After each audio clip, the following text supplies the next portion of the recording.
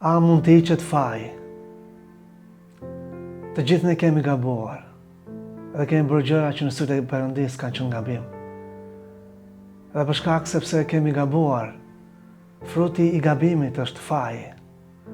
Edhe ne të gjithë e përjetojmë fajin kur bëjmë diçka që është gabim. E ndoshta faji na le ne të pa gjumë.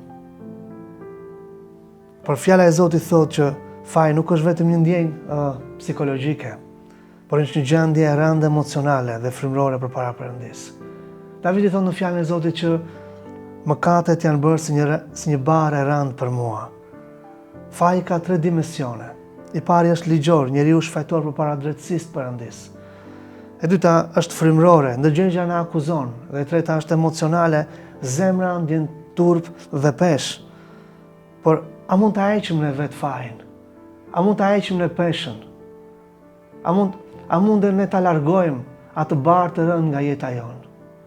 Edhe ne si njerëz ndonjëherë përpiqemi ta heqim fajin duke justifikuar veten, duke bërë vepra të mira, duke harruar të kaluarën, duke fajsuar të tjerët, duke eshtur dhe shtypur ndërgjegjen.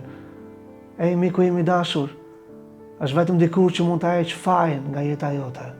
Është vetëm dikur që mund të çlirojë ty nga turpi që të ka shkaktuar ai gabim, që ndoshta njerëzit e pan apo vetëm ti e di. Dhe ky person e ka emrin Jezus. Dhe Jezusi është biri i Perëndis i cili u dërgua këtu në tokë për të marrë fajet tona mbi veten e tij, në mënyrë që ta pastrojë ndërgjegjen tonë, e cila na akuzon dhe ndoshta nuk na ka lënë rehat për një kohë të gjatë për atë gjë që ne kemi bërë gabim. Ne si njerëz mund ta heqim dot fajin. Fjala e Zotit thotë që kush mund ta pastrojë zemrën nga mëkati?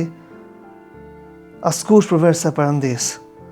Edhe vetëm Jezusi është ai që e mbarti fajin ton mbi veten e tij. Fjala e Zotit thotë që ai i mbarti fajet tona dhe pasurit tona mbi trupin e vet. Dhe fjala e Zotit thotë gjithashtu që ai do të mbajë mëkatin e të gjithëve. Fjala mbaj në greqisht do thotë ai merr mbi vete barën e fajit të dikujt tjetër. Ai e ngre peshën e fajit nga supet tona për ta marrë mbi supat e tij në kryq. Ai e largovi plotësisht atë nga jeta jonë.